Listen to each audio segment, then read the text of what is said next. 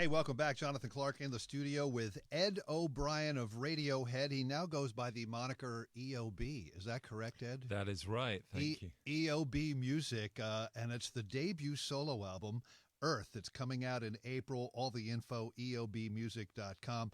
Has anyone asked you yet what EOB stands for? I think they kind of get the idea. You know what? You want to here's an embarrassing story. I had Alex Turner in here. Yeah. And I said, Alex, what does AM stand for the album title? Yeah. And he goes, oh, like AM. You know, he saved me. It was very embarrassing. Yeah. That I didn't think it stood for Arctic Monkeys. But there you go. Hard to believe that this is a debut solo album. Is it 35 years since the sort of formation of Radiohead got together and then 1985 school band. 30, whatever it is. Yeah. That's a lot of guitar playing and singing without a debut solo album. But I think this actually started several years ago in Brazil, right? Yeah, it started. I mean, the whole process started in 2012. We lived in Brazil. Me and my family went out to live in Brazil. And was that near the rainforest or yeah, something? we were on the edge of the rainforest. We were really rural. It was just an extraordinary experience. No mobile signal, no Wi-Fi. Unplugged completely. Yeah, it was amazing. We did that for about 7 months, and life was reduced to, family, music, and eating. And, right.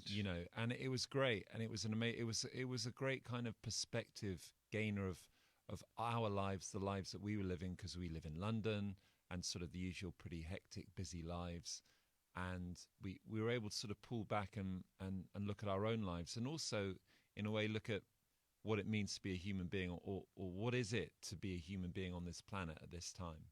But the ideas musically, obviously Brazil, I mean, very well known as a musical sort of place. Yeah. You know what I mean? Yeah. Were you exposed to any of sort of that indigenous music while you were there, or? Well, I listened to a lot of Brazilian music when we were out there, but we were fortunate enough to go to Carnival, which is in Rio, and did the whole Samba Drome thing for 2 nights, which is the kind of, I guess, the quintessential Brazilian music experience. And it was extraordinary. It was unbelievable. I mean, epic, emotional, rhythmic, melodic, just extraordinary. Literally the greatest show on earth. I really...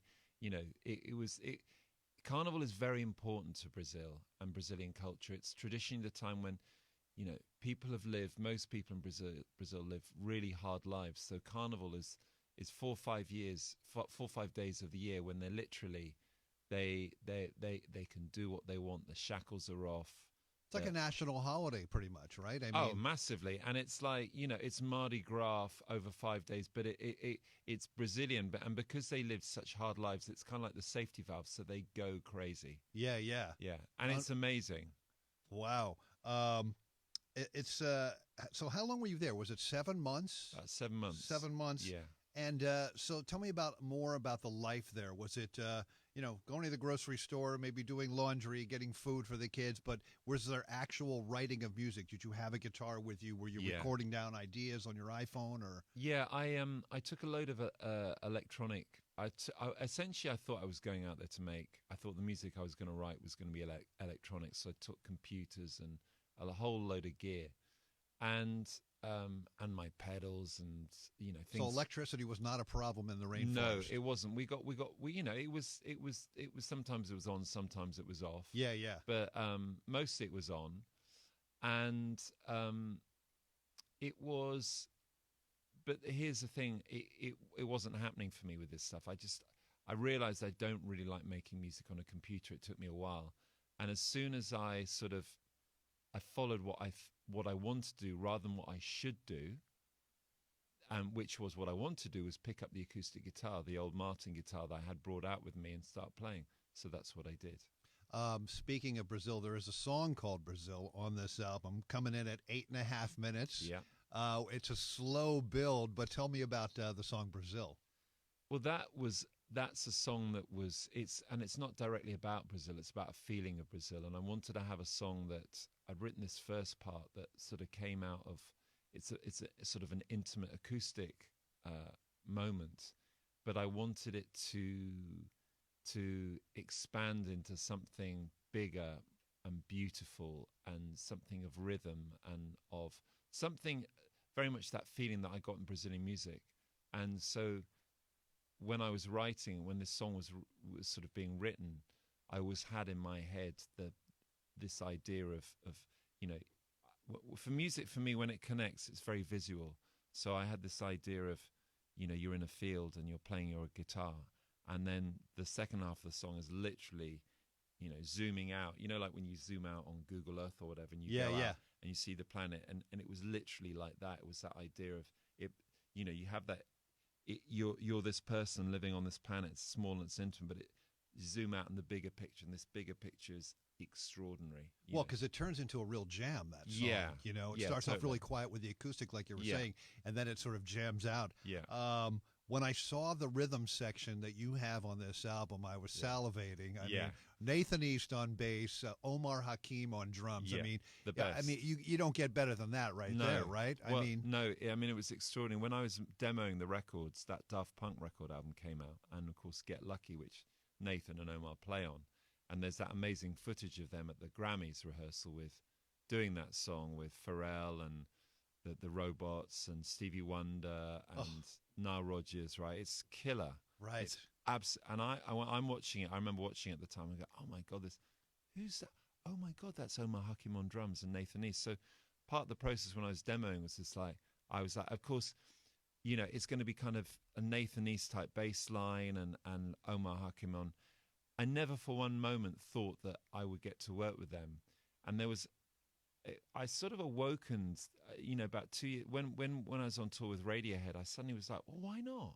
Yeah. You know, I'm over here touring. Make a call. What the hell? Yeah, Radiohead were headlining Coachella, and I suddenly thought, rather than think I can't, I was just like, you know what? Maybe at least they might take my call, you know, because I'm in Radiohead or whatever. So I got to speak to both of them, and I told them the idea of what I was trying to do and get them over, and would they be interested? And they both sort of jumped at the chance. You know, it was great. It was amazing, you know, to be working with people like that and all the people they work with, and, you know, it's just extraordinary. And hearing the stories and just their musicianship is obviously unbelievable. Oh, my God. Very lucky. They're very lucky that you got those guys. Yeah. Tell us about some of the other people on the record, because there are some more recognizable names on the album. So I do a duet with, sing with Laura Marling. Right, yeah. Who's an amazing British artist who I'm a big fan of. Also helped us out on drums later on in the process. Came over as my good friend Glenn Cocchi, who's the drummer with Wilco. Okay, yeah. Who's an amazing drummer. Another friend of mine on guitar who came and played was Adrian Utley, who plays with Portishead. Right, yeah. And a really great friend of mine who is really important musician, who you guys might not have heard of, but he's a very important British musician, is David Akumu, who was my guitarist when I was putting this little house band together with Nathan and Omar to kick off the recording. Band. Yeah, to kick off the recordings, I needed an extraordinary musician with an extraordinary character, and for me, there was only one person. It was David Akumu, who's this amazing. He's got this band called The Invisible, but he produces a lot of stuff, and he's worked with Grace Jones. He's just an extraordinary kind of light and musical force in London and Britain. And Colin Greenwood, I think. Colin. Yeah, some guy named Colin Greenwood's on this album. Well, it's funny because I forget, because so what happened was he came and played bass on the demo of Brazil. And the reason I forget, because that was done way back in 2013. It was the first demos. And I said to him, listen, would you come and play bass? And it was before I discovered the joys of playing bass. One of the discoveries, because I play a lot of bass on the record. And that for me was, I didn't realize I enjoyed playing bass so much. And so Colin came and played bass, and I said, can you do it something like this? And then the next session I did, he couldn't make it. He couldn't come along. And I was just like, okay, well, I'll have to play bass. And then I started playing bass, and I was like, oh my God, it's the most fun playing bass, because and I'd read that I'd read the Jeff Emmerich book, who was the engineer for the Beatles and Paul McCartney. And what he said, that when the Beatles recorded, McCartney would put the bass on last, you know, when they were doing, you know, all that Rubber Soul, Revolver, And I was, okay, that makes sense. So what I do, I had no idea about bass lines. I had top lines and all the guitars and the rhythms worked out. And so the last thing I put on was the bass. And you can change a song with the bass more than any other instrument if you do that, because you can change, you can push it, rhythmically, but also melodically. Those changes that you can do, the just that one bass note can make all the difference. And I mean, I love playing bass. And I think Paul McCartney may have turned up the bass when he did it last too. That's right. You do it last, and that's what I did. Nothing wrong with that. I mean, that's when you listen to those Beatles songs. I mean, if Paul McCartney was just a bass player on his own, we'd be worshipping like James Jameson, right? The Funk Brothers, right? Yeah. But yeah, I mean, what extraordinary bass lines, and it makes sense that he did it last, and that again for me, because I wanted a lot of bass on the record, and I think I hadn't realized that, but the reason I got to that point is because, like you said, I was putting it on last, and you're putting it on loud, and you're playing along with the track loud, so you can hear yourself. So yeah. Ed O'Brien is with us. Of course, the debut solo album is Earth. It's coming out in April. All the info, eobmusic.com. There's a song on the album, Ed, called Shangri-La. Yes. It's not about Rick Rubin's studio in Malibu.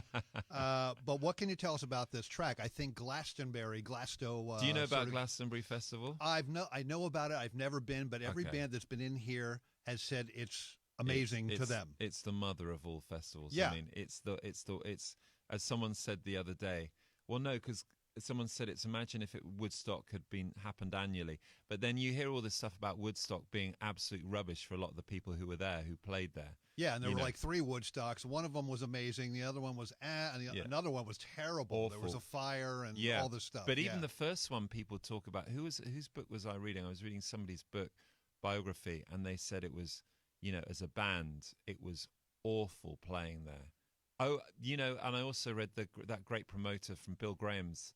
He talked about I mean, obviously he's not going to big it up because he wasn't involved, but yeah. But anyway, Glastonbury's a very important festival, and it's an important part of our year. It's a bit like, where in England is Glastonbury in relation to It's down in a county called Somerset. So if you look at a picture of England, that bottom left, that sort of toe, that leg that comes out, it's in that part. Okay, yeah. Somerset. And it's in a beautiful. It's on a farm. It's a family who've been running it for forever, the Evis family. So what makes it special is that it's not like a big promoter putting on, and it's basically a family opening up there. Since day one, it's been the family? Since day one. Wow. And that's the heart and soul of this festival. That's why it's so special, because, the location is special, but it's also because the intent is this family wanting to lay on this extraordinary experience for lots of people. And there's an area of it called Shangri-La, which is all the stuff that goes on through the night. It's an extraordinary area of drum and bass, techno, dance. I saw some amazing kind of sweaty blues in there last year, like some kid who's 19 on incredible guitar, and some woman who was like 26, 27, like a Janis Joplin. It's just this extraordinary, and you're with your 4 o'clock in the morning, and the sun's about to come up, and you're with your tribe. That thing, you're together with your people, and you have amazing conversations with people you've never met, connections and stuff, and it's a very, very powerful place. It's so you leave that festival.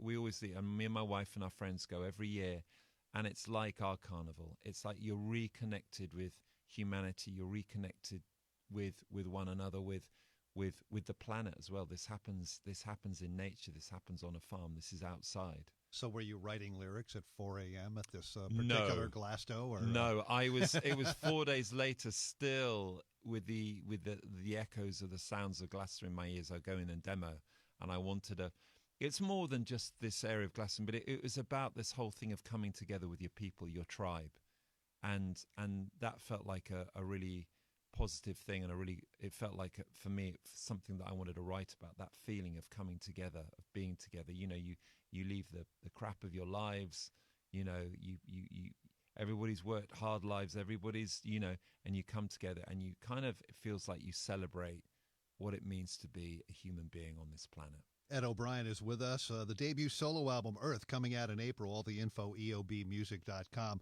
I want to do a thing with you, Ed, called First Time. Sure. First time. We'll start it right here. First guitar you ever got? Yamaha acoustic guitar. And what age were you 1983, I was 15. And what was the first song you learned on the guitar? She Sells Sanctuary by The Cult. Nice. Your first guitar hero? Andy Summers of The Police. Your recollection of the first time you met Tom York? We were in a school play together. I was acting in it. He was doing the music, and it was his production of Midsummer Night's Dream. And him and his mate Donald Gawthorne were doing the music, and they were at the top of this scaffolding. It was kind of avant-garde production, and I was one of the main actors in it. And I always remember him shouting at the teacher. How dare he? Yeah, exactly. Subordinate youth. First rock star you ever met where you became starstruck or speechless? Probably The Edge. I embarrassed myself a bit in 1997. I've always wanted to plug in a guitar and mess with Edge's pedals. Yeah, just to fool around. That would be fun, right?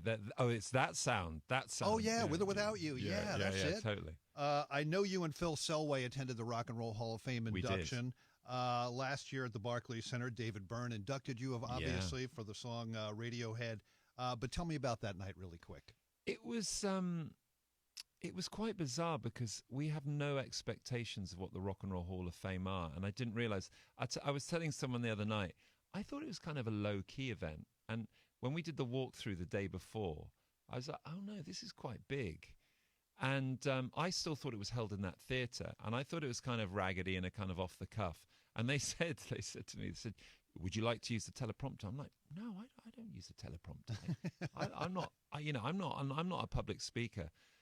And then I realized the next day, everybody uses the teleprompter. And we had these little bits of card and.